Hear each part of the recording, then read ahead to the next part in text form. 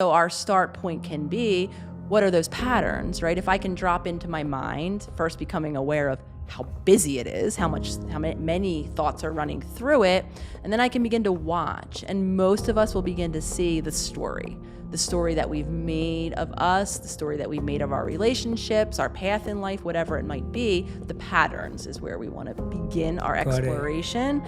And again, we can just start with, where are we stuck, right? What happens when I feel a really big emotion? That's a great place to begin looking. Oftentimes, that's something interpersonal, right? That happens in our relationships when I start to feel something really big, and then we can drop in, okay, what is the story I've told myself about this really big thing? What am I doing, right, to create safety in this moment? And then of course, can I begin to make new choices? So to get to the root, we can start where we are, and we can start in those very patterned ways, the things that we can see ourselves day in and day out. Once we're watching with consciousness, where we're becoming stuck, that can be our entry point for the work. So I think the most impactful one is the one that keeps coming up with that idea of consciousness. First becoming aware of how unconscious many of us are living. By now, we've all heard the word autopilot. We all know that upwards of 90% of our day, we're in it. It becomes really impactful when you actually see it, right? Yeah. When you see yourself, no sooner opening your eyes and shifting right into that same thing you do first thing every morning, right? Being able to bear witness from the conscious mind creates, in my opinion, the greatest impact. Because what most of us see is how unconscious we are, how we're not even giving ourselves the opportunity to make a new choice because we're not there. We're not in the present moment. We're not able to shift our attention from wherever else it might be. For many of us, it's lost in our thinking mind, ruminating about the fight this morning, worrying about tomorrow. If you're like me, you might just be somewhere else. I call it my spaceship. I just know I'm not here.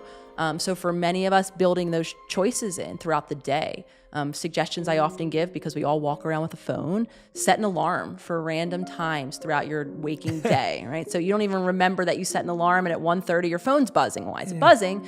This is for your consciousness check-in. The first thing we can do is note what were you paying attention to? Were you really immersed in what you were doing or who you were talking to? Chances are probably not. You were somewhere else, right? Now this gifts you the first opportunity to use either another tool you've already spoken of, your breath, right? To use that to focus your attention on your active breathing. Or if you're doing something somatic, maybe you're eating, maybe turn your attention to actually tasting the meal in front of you that you're otherwise shoveling down. The more we create more moments of that consciousness, of A, the awareness of where is my attention, and then B, that control, the more now we're becoming present to what is.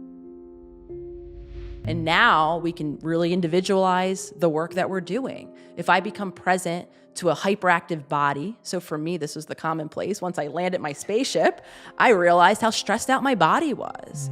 My heart rate was always elevated a bit. I had a bit of shallow breathing, right? So now I can maybe use breath work.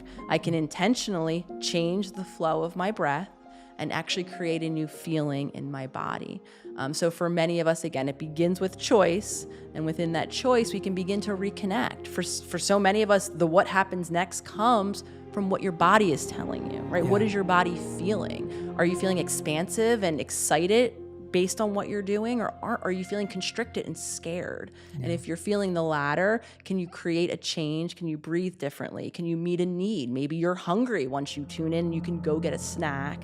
Can you feed your body? Can you tend to your body? When we're conscious, we can hear our body, and our body has a lot of wisdom that so many of us aren't paying attention to, for many good reasons, because being in our body was a fearful place, a scary place. We might have been abused when we were within our bodies. Though again, building that bridge, creating that reconnection can help us then figure out, because I'm sure listeners are like, great, I'm in my body, what next?